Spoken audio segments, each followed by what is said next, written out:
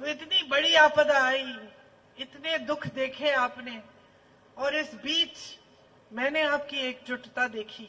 मनाली गई, रास्ते में सड़क पे कुछ लोग मिले, खड़े हुए थे, कुछ काम कर रहे थे। मैंने पूछा क्या कर रहे हैं? कह रहे थे सड़क बनाने के लिए हम श्रमदान कर रहे हैं।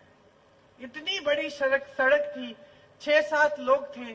शायद अगर खुद बनाते उस सड़क को तो पता नहीं कितने दिन लगते, लेकिन वो अपना कर रहे थे। जितना कर सकते थे वो उतना कर रहे थे।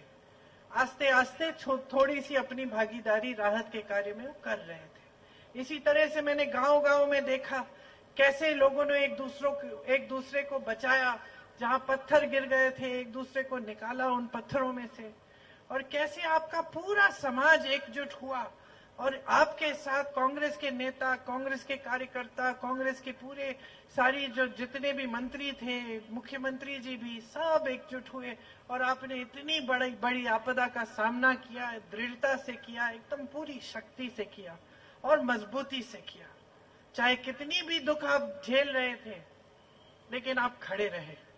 ये भी मैंने देखा और सीखा आपके समाज के बारे में, हिमाचल प्रदेश के बारे में। उस समय जब मैं कह रही हूं कि आपने दोनों बड़े दलों की सच्चाई देखने वाली 2 घटनाएं देखी, इस घटना को क्यों गिन रही हूं? क्योंकि जब ये घटना हुई, ये आपदा आई, तो मुझे याद है मैंने सुक्खू जी को फोन किया, फोन ही नहीं मिला। पता किया कि कहाँ है सुक्खू जी। सुक्खू जी जमीन पे आ गए थे, नीचे आ गए थे, आपके पास थे। रात तक बाहर राहत पहुंचाने का काम कर रहे थे। जहां पर्यटक फंसे हुए थे उनको वहां से निकालने की कोशिश हो रही थी। और सिर्फ वो नहीं, हमारे सभी मंत्री जुट गए थे, सभी राहत के कार्यों में व्यस्त थे।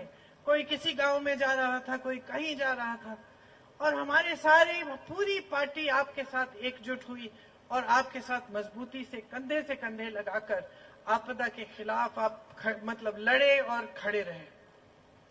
दूसरी तरफ भाजपा के नेता जो कुछ ही महीनों पहले हर गांव में, हर जिले में पहुंच गए थे, बड़ी बड़ी मीटिंग कर लिए थे, आपसे तमाम वादे भी कर लिए थे, वो आ नहीं पाए।